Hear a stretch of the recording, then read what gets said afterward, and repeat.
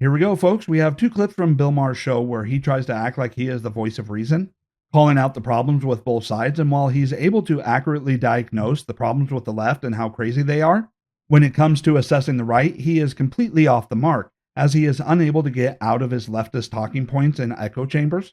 And while he gives an accurate assessment of the insanity of the left, he's only doing so because he's trying to boost his credibility for when he then goes and turns around and attacks Republicans and MAGA with a bunch of phony narratives. So here's the first clip where he accurately describes the problems of the left. You stop saying fetuses are the same as babies, and we'll stop saying trans women are the same as biological women. You stop saying alternative facts, and we'll stop saying my truth. You stop saying thoughts and prayers, and we'll stop with the land acknowledgments. You admit there's no such thing as voter fraud, and we'll admit that getting a picture ID isn't really that fucking hard to do. The basic problem we have in America is conservatives think the liberals are insane, and they're not completely wrong. Conservatives see it, they say, I'm sorry, we're just not going to go along with reinventing society, often pointlessly, even if we have to cancel democracy to do it. That's what they're saying. They see gender as only a construct and sex as assigned at birth, and they say, we're not doing that. Transing kids by self-diagnosis with no age limit, no parental notification, and no acknowledgement of social contagion, not doing it. Asylum now covers any reason for anyone to come to America, not doing it. Homelessness is a lifestyle.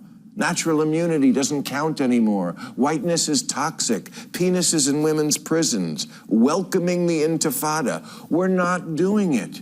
And you can see exactly what it is he's trying to set up here, where he tries to take conservative ideas such as babies in the womb are still human life worthy of protection, and trying to equate it to the craziness of the left, or that if you believe that voter fraud happens, which it does, the only question is to what extent, then you're just as crazy as whatever it is that the left is trying to promote as well. He's trying to go off and equate these two positions as if they are equally crazy.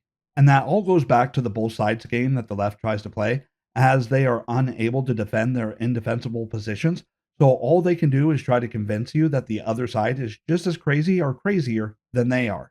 And then after doing this, he turns around and attacks MAGA and Republicans, demonizing them, basically calling them fascists who are trying to overthrow democracy and implement a fascistic police state, as we see in this clip.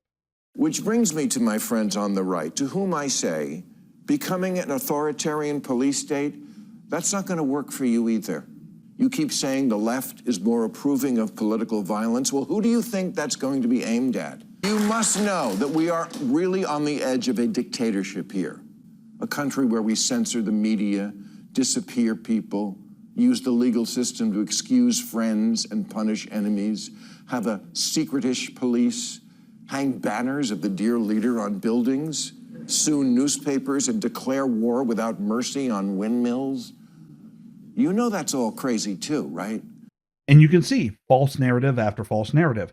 He's referencing Jimmy Kimmel as he's talking about the idea of going after free speech, ignoring the fact that it was the Biden administration and Obama administration before that that was going off and engaged in censorship, demanding tech companies silence the voices of dissent online, or that they had engaged in and invented cancel culture, or that enforcing immigration laws is the same as making people disappear, when all we're doing is enforcing the laws passed by Congress and sending them home, but somehow that is an evil fascistic idea, and the complete hypocrisy of claiming that Trump is weaponizing government in order to target his political opponents after everything that the left has done, including raiding Mar-a-Lago and putting Trump through various court cases that had no basis in law in order to try and throw him in jail so that he couldn't be on the ballot and run for president, and then ends it by trying to use the left's current favorite talking point by claiming that using the National Guard in federal operations in American cities is somehow creating a police state and signs of fascism being on the rise in the United States. Yet he wants to completely ignore the very reason why the National Guard has been called up and deployed in the streets.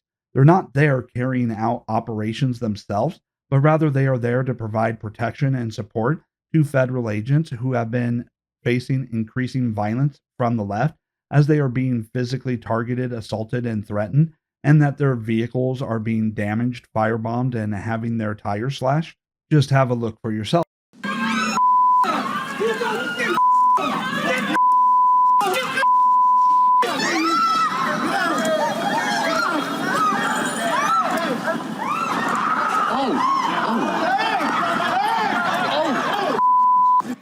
More dramatic video here showing protesters trying to stop agents from detaining someone outside the immigration courthouse yesterday. You saw the woman being dragged by the van as agents tried to escape. She managed to get up and walk away. Another disturbing attack on ICE officers. A mob assaulting 4 agents in San Francisco, even threatening their families.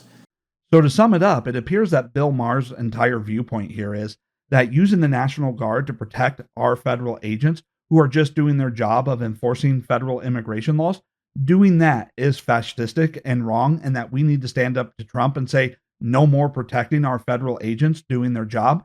However, it's not a problem, and it's not fascistic for the left to go out there and violently attack federal agents in order to prevent them from enforcing the laws that our elected representatives have passed, to which they also had no problems with the enforcement of when it's a Democrat that is in office.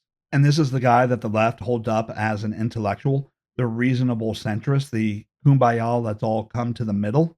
Please, we see right through you, Bill Maher. But that's my take. Let me know what your take is in the comments down below. Don't forget to hit like and subscribe, and I'll see you on the next one.